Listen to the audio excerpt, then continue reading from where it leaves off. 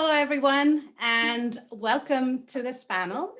It's called To the Brink and Back, which is the theme for our conference this year. And let me just start off with you, Gerilyn.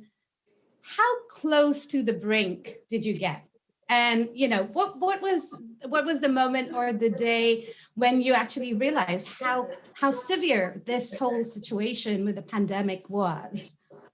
Yeah, great question. And as I was thinking about this answer, I thought, there were really a series of moments. But I think one that sticks in my mind is early on, just trying to get a sense of what was happening and reaching out to many of our customers and, trusted partners to hear what they were, planning. And their story was consistent, furloughs and layoffs and corporate offices closing and travel bans and, upcoming meetings canceled.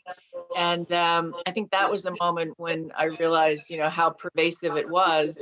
And then I think after that, we started having outreach from, government entities and the National Guard and, that were trying to come into cities to help with the COVID response, and whether it was building 10 hospitals or supporting,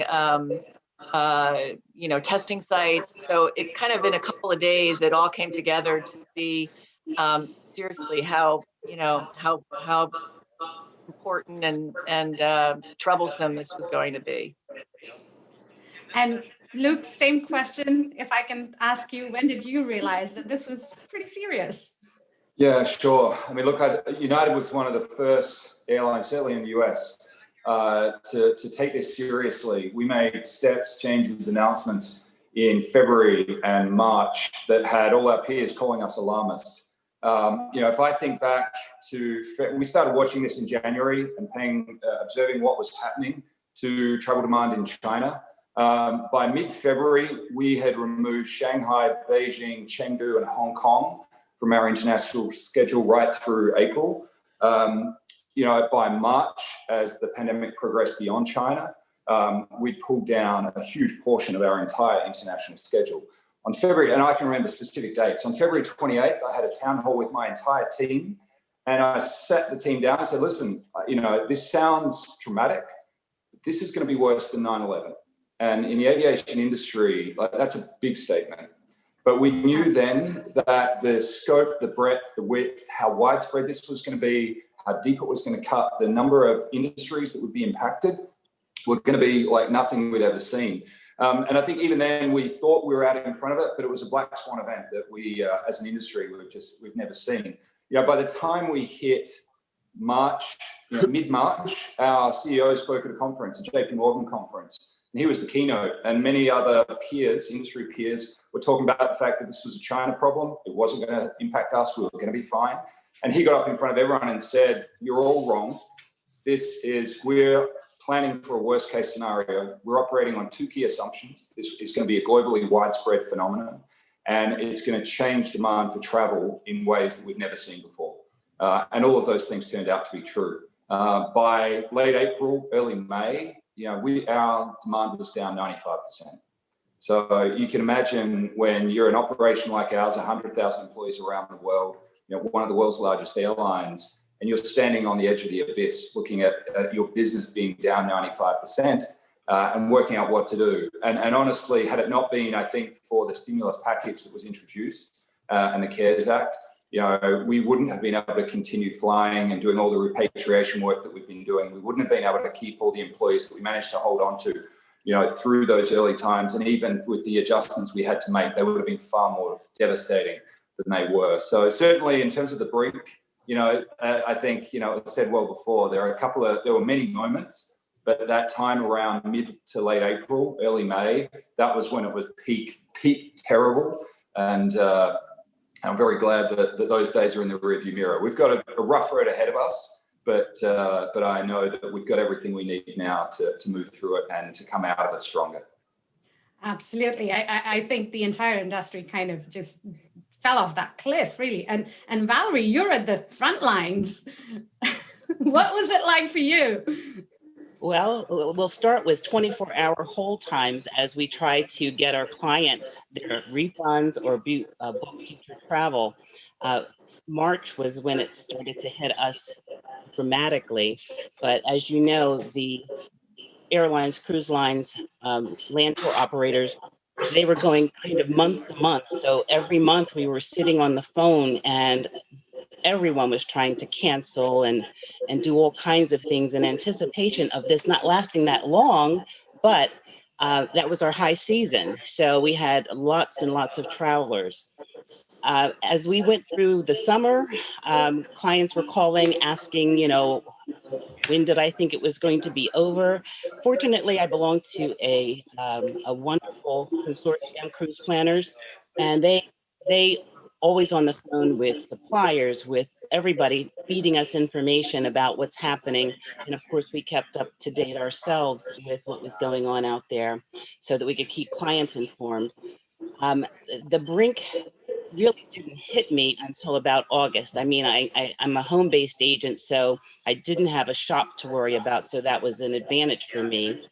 But the amount of effort it took to take care of my clients at that point and understand that travel agents don't get paid until clients return from vacation. So with no money coming in, maintaining marketing and so forth, it was not easy. About August, I begun to suspect that we wouldn't be doing any business this year. And I'm just now starting to cancel my Christmas clients, those that still hoped that they could go away.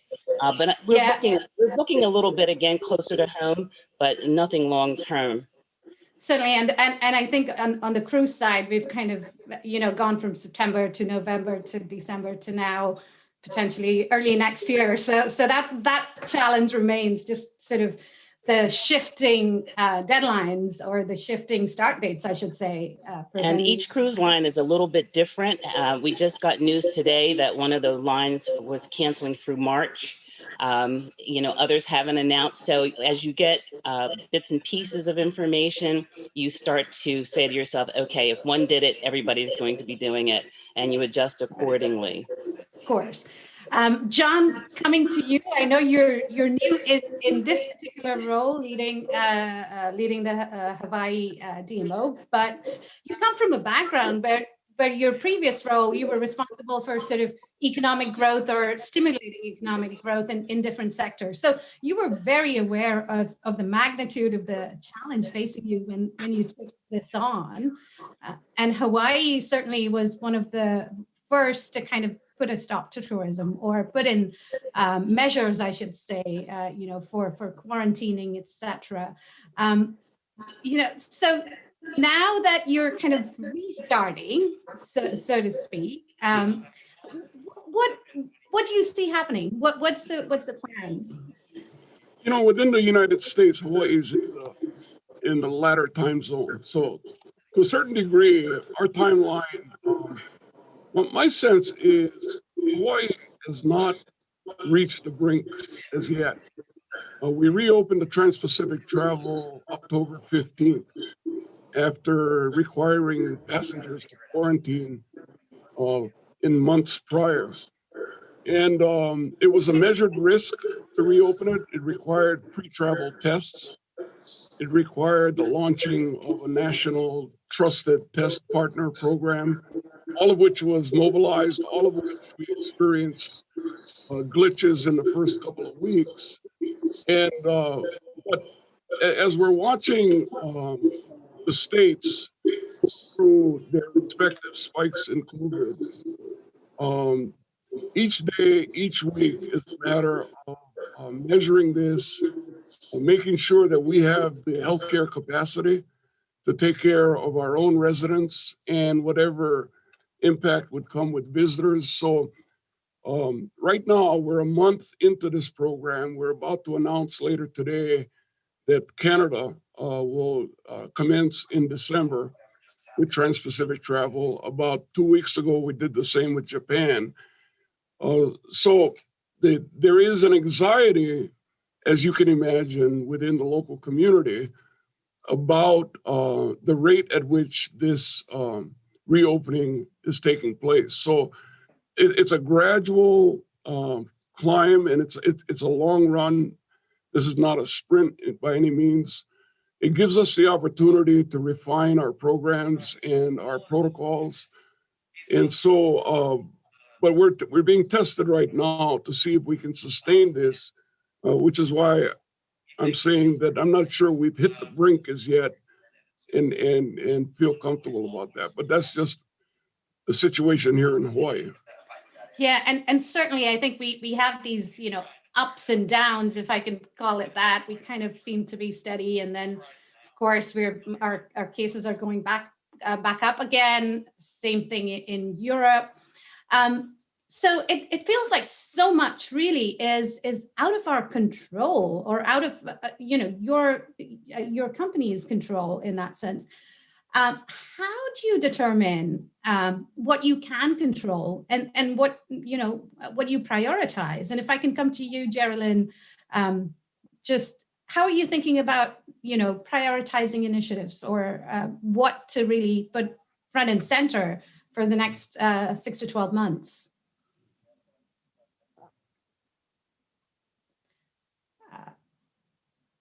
There we go.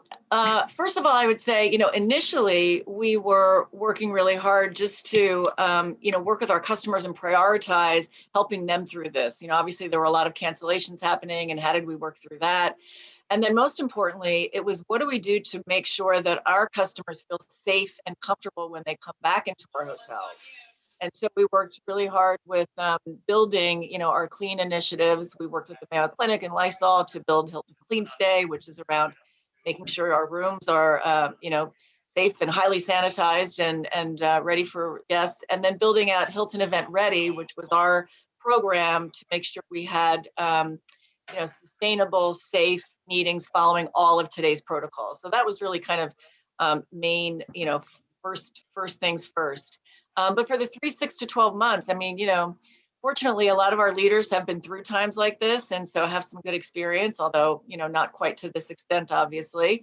Our analytics team spent a lot of time kind of looking at the macro picture and making some assumptions to lay out a timeline of what recovery would look like.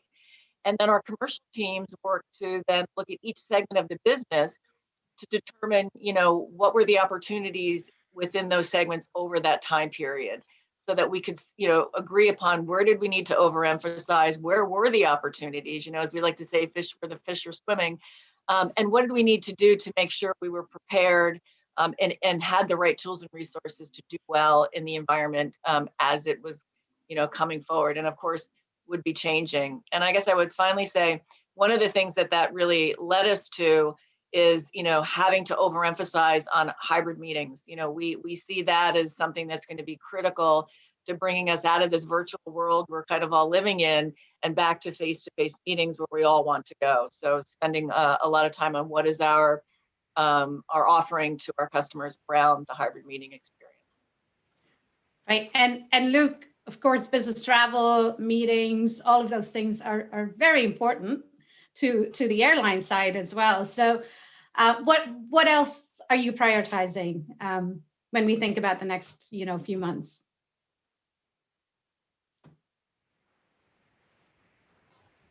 I think you're on mute. Sorry. I think someone muted me out there. If I look back and then forward, initially it was very much focused on prioritizing for survival. If you think back to those dark days that I described, we were burning $100 million a day at that point. And so, as a business, we had to ensure that we were going to be around for our customers as we look to the future. And so out of the gate, we took massive steps to reduce cash burn, sort of payroll cuts right across the executive team, CEO down to zero, president down to zero, all officers down 50%. Right across the business, we looked to reduce all discretionary expense that was just stuff that we could pull down to channel our cash into running the operation.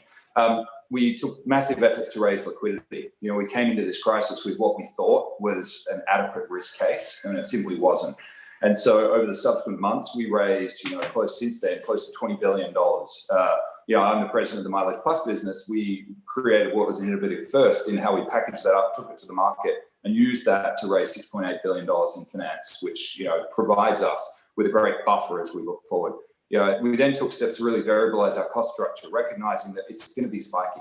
we don't know exactly what it looks like. And we need to be able to bring our pilots on, our flight attendants on, all of our operational teams up and down as that demand flexes. So that's been a huge focus, strategic focus for the company in terms of planning for that volatility. As on the flip side of that is obviously everything that we've done around our customer. And I think, equally we recognize there are a couple of critical aspects here. We need to recognize and support our most valued, important customers. And so we extended status and we communicated frequently and often to all of our highest value top tier MileagePlus members. We communicated frequently all the steps that we were taking as we launched Clean Plus, which is the platform that we built with industry leaders Clorox and the Cleveland Clinic to make sure that every decision that we took across the customer journey was backed by science and backed by fact, and that we weren't making any sort of rapid policy changes or announcements that were good marketing, but weren't really about delivering a safe experience to customers. And so, we've consistently communicated to our customers all the things that we're doing, I guess, informed by those partnerships to ensure that we're keeping them safe. And then we made some really bold moves to do things like, as the first legacy carrier to eliminate change fees for all domestic travel, to help customers recognize that they can book with confidence for tomorrow with uncertainty today about what tomorrow might look like by getting rid of fees like change fees that were sort of a problem and a painful issue for them and were perhaps a barrier to booking and planning for the future. And by eliminating change fees, we're helping customers bring confidence back to planning and booking for the future. So I'm really proud of a lot of the initiatives and steps that we've taken that I think do recognize that volatility is here to stay for a while. But we've given ourselves the buffer that we need. We've taken the steps that are necessary to keep our customers safe. And I think, we operate the safest airline in the industry, and to do things that I think are very important in bringing confidence back to customers in their ability to book travel for the future, knowing that if their plans change, we've got their back. Yeah, and I think, that theme of customer confidence and regaining confidence, we've heard it across all of the conversations I think that we've had through certainly this conference, but even before.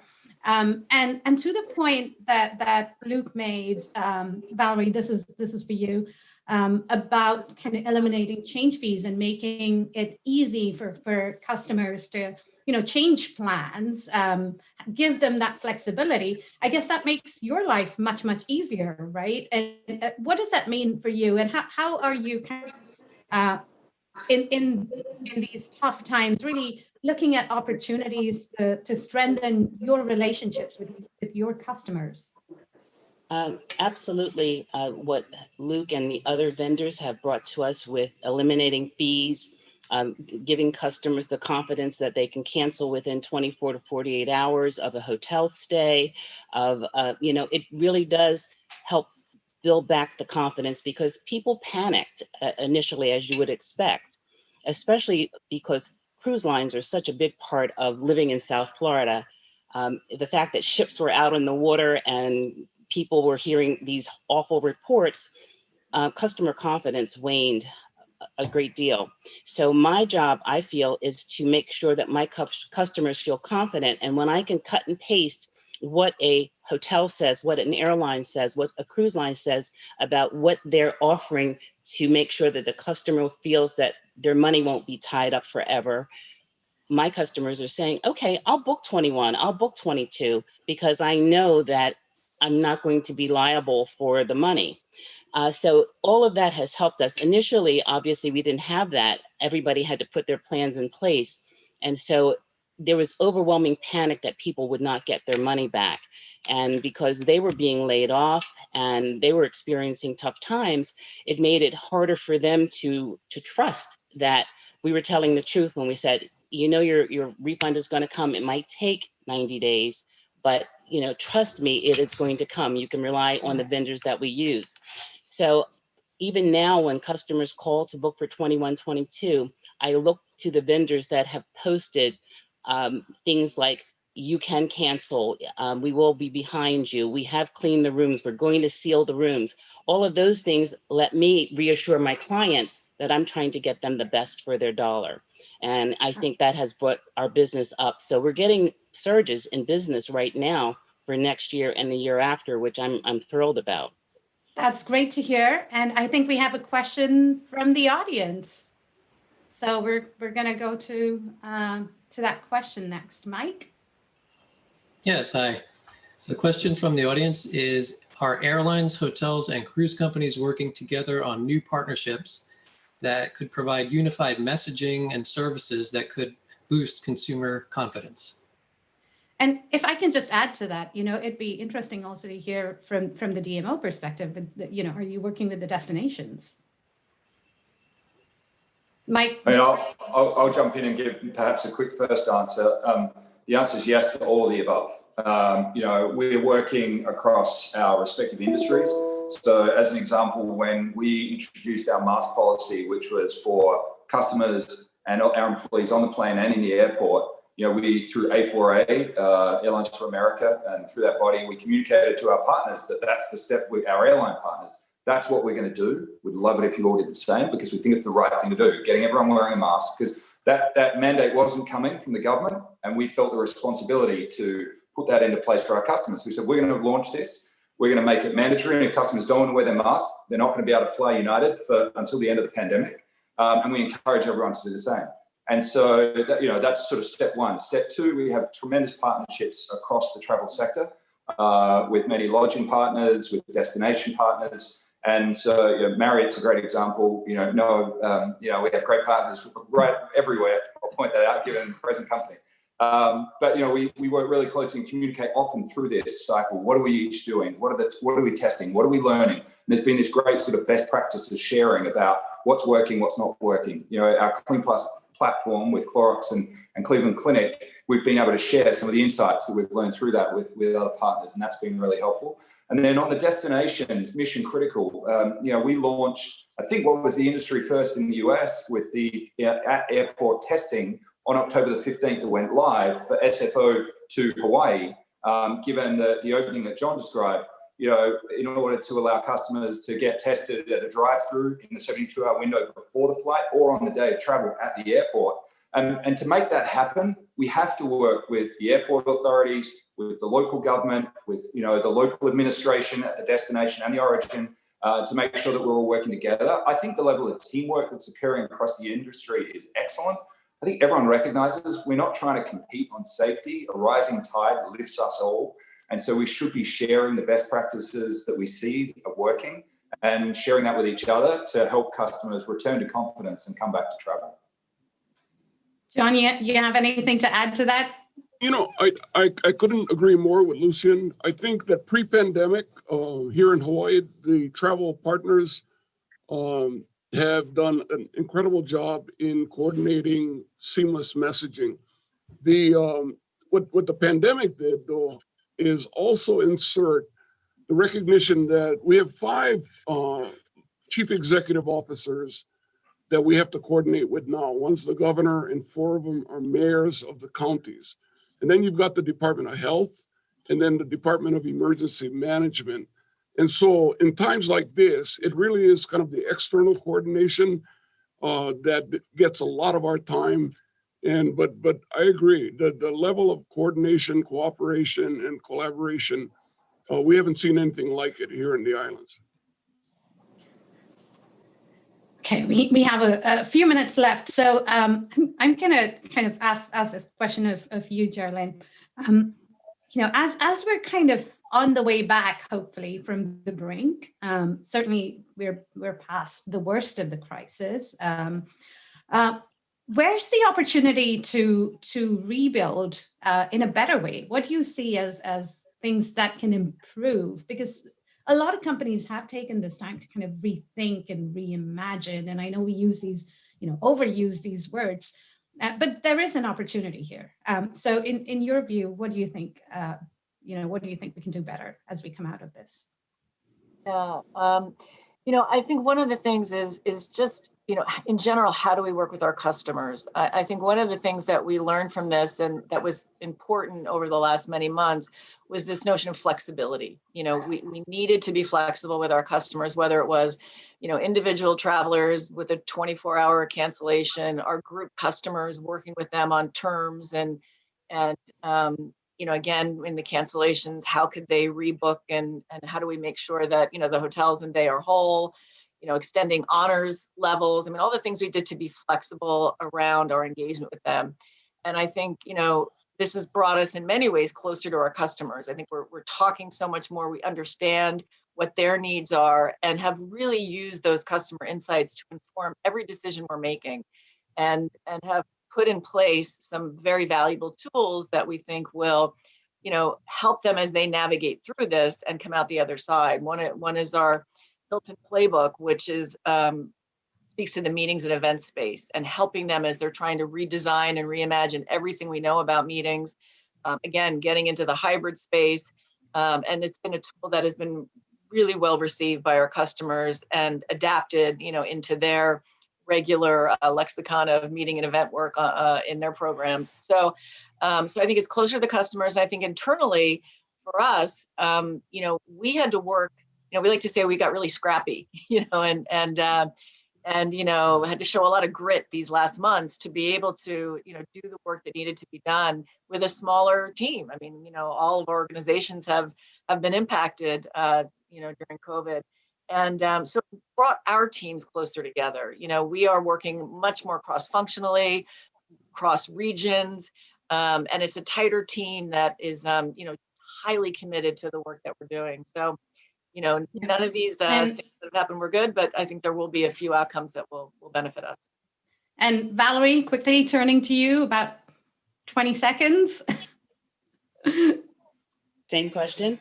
Same question. What can we do better?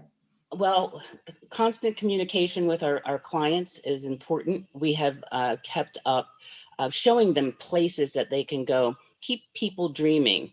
I think that's important for our recovery because right now everyone's unsure. So reassuring them that the places that they've loved, that they visited are still going to be there and that they're going to be taken care of when they go.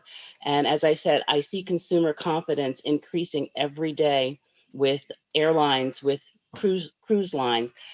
Just taking the fear out of travel again, I think is our most important mission going forward and being honest with our clients. So if I think a client shouldn't go somewhere because I'll give him that recommendation. They can still go, I'll still plan, but I'll tell them, this is a warning. You probably don't want to travel there now. Let's plan this for XYZ.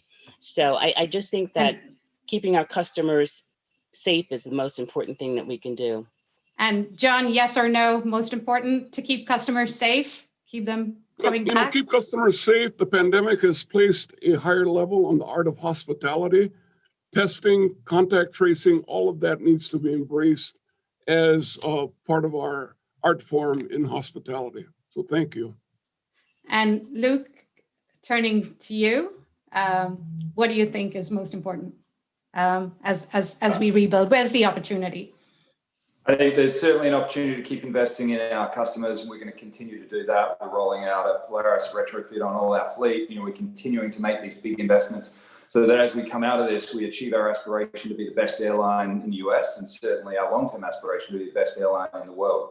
I think we have a responsibility as one of the largest brands in the world to not only do great things for our customers when they fly and keep them safe and look after them and run a great business, we also have an opportunity to really invest in the communities that we serve and ensure that we are playing our role as a corporate citizen that is looking to move us all forward in a way that is meaningful and impactful and help the world move, help economies move, help communities grow. We've seen a lot of challenging times over the last year and two in particular, not just COVID, but with everything else going on. And I think we've got a tremendous opportunity to use sort of this unique opportunity that all the brands that you see here today share to do really good and positive things for the world that we all operate in. So, all super important and all things that we're all very committed to. Absolutely. And I think if there is one thing that comes out of this, right, it's that collaboration, cooperation, gaining customer confidence and trust back. That's going to be the focus coming up here in the next few months. Let's just hope this passes soon. And we'll be back to, traveling again. I personally can't wait to get back in the air and on the road. So thank you very much all for joining us today. We really appreciate having you here and thank you for the insights. Thanks all. My pleasure. Thank you.